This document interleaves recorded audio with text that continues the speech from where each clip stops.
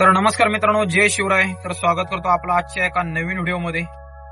तर आज रविवार असल्यामुळे सकाळी 9:30च्या नंतरच निघालो आपण गाडीवरती. तर मित्रांनो, आजचा व्हिडिओ आहे ना, तर एका नवीन विषयावरती होणार आहे. तर काल आपल्या गाडीचा एक छोटासा ऍक्सिडेंट झाला होता. तर त्याच्या संदर्भात आज व्हिडिओ बनवतोय. तर गाडीला काल थोडं लागलं असल्यामुळे आपण काही लवकर आज सकाळी आलोच नाही. म्हणलं पहिलं गॅरेजला जाऊ, गॅरेजला काम करू, त्याच्यानंतरच आपण धंद्याला सुरुवात करू. तर झालं असं काल शनिवार होता आणि सकाळी काल पण उशिराच निघालो होतो गाडीवरती आणि घरापासूनच आपल्याला एक औंधची बुकिंग वाजली होती ओलाला. तर औंधला सोडलं ते आणि तिथून एक आपल्याला छोटी बुकिंग भेटली बानेरची. तर बानेरला तिकडं पॅन कार्ड क्लबच्या तिकडं सोडलं त्यांना आणि तिकडनं आपल्याला एक रॅपिडोला पुणे स्टेशनची बुकिंग वाजली. म्हणजे संगमवाडी होतं आपलं, या साईडला रोबिओलच्या बॅक साईडला, तिकडं बोट क्लब रोड आहे ना, त्या साईडला ड्रॉप होता त्यांचा.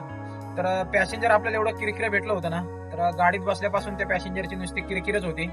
आता लेडीज पॅसेंजर असल्यामुळे आपण काही बोललो नाही, म्हणलं ऐकून घेत होतो मी. आता काय करणार, कारण आपल्याला पण गरज असल्यामुळे आपण आता ऐकून घ्यावं लागतं. तसं पुढे सिग्नलला गाड्या जरी थांबल्या असल्या ना, तरी म्हणतात मला इकडनं साईडने घ्या थोडं, साईडने घ्या थोडं, असं तसं, मला जरा लवकर जायचंय.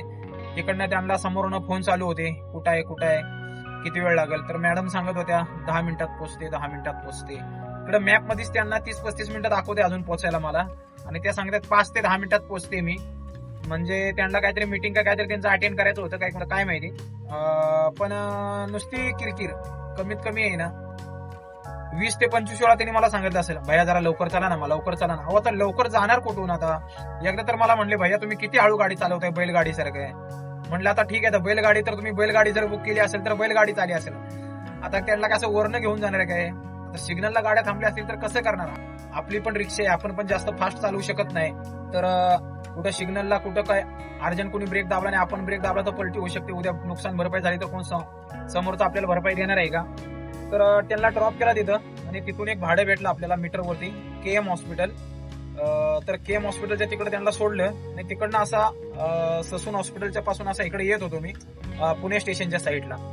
तर ससून पासून आपला पुणे स्टेशनला जाताना ते PMTच्या बस वगैरे थांबलेल्या असतात बघा. तर बसला ओव्हरटेक करून मी जात होतो, लेफ्ट साईडला बस थांबतात आणि असं बसच्या राईट साईडला मी पुढे जात होतो पुणे स्टेशन साईडला. म्हणलं तिकडनं काहीतरी आपल्याला भेटेल निगडी पिंपरी साईडचं. तर थांबलो होतो आणि तिकडनं एक रॉंग साईड कार येत होती आणि कारच्या पाठीमागून एक रिक्षावाला होता. तर त्या कारला राईट साईडला लगेच रिक्षावाल्याने ओव्हरटेक केलं आणि बराबर माझ्या आणि कारच्या मध्येच घुसला तो. आणि एवढा स्पीड मध्ये होता ना, नशीब तिकडे कारवाल्याला त्यांनी काय केलं नाही, तिकडे माझ्याकडे गाडी दाबली आणि माझं साईडचं जे हे असतं ना, पाठीमागच्या चाकाच्या वरचं बंपर मडगाड, ते डायरेक्ट काढूनच टाकलं त्यांनी, उकडूनच टाकलं. माझ्या पुढे पण बस वगैरे होत्या आणि रॉंग साईड पण गाड्या खूप येत होत्या वन वे मधून. तर मला पण काही युटर्न मारता आला नाही लगेच. म्हणलं जाऊ द्या, आता रिक्षावाल्या कुठे त्याच्या नादाला लागता. तर म्हणलं होत असतं असं. तर हे असं झाल्यानंतर मला आहे ना, एक तर माझं डोकं गरम झालं होतं. आधी त्या पॅसेंजरने डोकं गरम केलं होतं माझं सारखी किरकिर करून, आणि त्याच्यात हा दुसरा कुठं झाला. एवढं डोकं तापलं ना माझं. मला एकदा विचार यायला लागला, काय कशाला इकडे आलो पुणे स्टेशनला ना, असं वाटायला लागलं होतं. तुम्हाला व्हिडिओ मध्ये दाखवतो. तर बघू शकता तुम्ही, अशा प्रकारे आपल्या गाडीचे नुकसान झाले. तर हे सर्व उकडून काढलं त्यांनी बाहेर.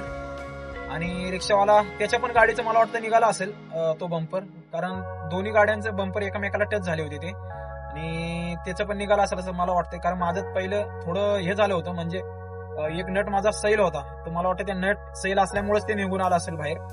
आणि म्हणजे सगळे नट नव्हते, एक नट असा थोडा नॉर्मली सैल वाटत होता.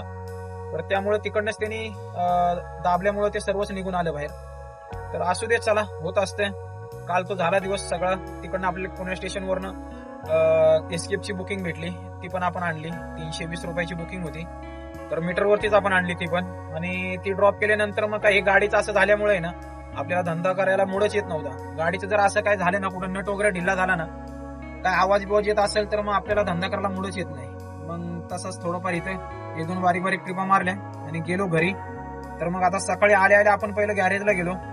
तिथं आपल्या निगडीमधून तो बंपर घेतला. तर आपल्याला ते 350 रुपयाला पडलं. म्हणजे त्याची किंमत 300 रुपये होती. 300 रुपयालाच त्यांनी आपल्याला दिलं ते. आणि त्याच्यावरचा जो लब्बर असतो ना, तो 40 रुपयाला, आणि ते नट वगैरे असं 10 रुपये, म्हणजे 350 रुपयाला ते पडलं. आणि बसवायला आपल्याकडनं 100 रुपये घेतले. तर ते कापून काढायचे वगैरे होते, नट निघत नव्हते लवकर. मग त्यांनी बसून दिलं आपल्याला इथं तळवटेमध्ये, गणेश नगरला. मग ते बसवलंय आणि आता आलोय गाडीवरती. तर बघू, आता आपण गाडीचं तर काम केलंय प्रॉपर. बसून घेतले. तर चला बघू. तर अशा प्रकारे कालचा सर्व कार्यक्रम झालाय मित्रांनो. चला मग कसा वाटला व्हिडिओ कमेंट करून सांगा आणि चॅनलवरती जर नवीन असाल तर नक्की चॅनलला सबस्क्राईब करा. धन्यवाद. जय महाराष्ट्र.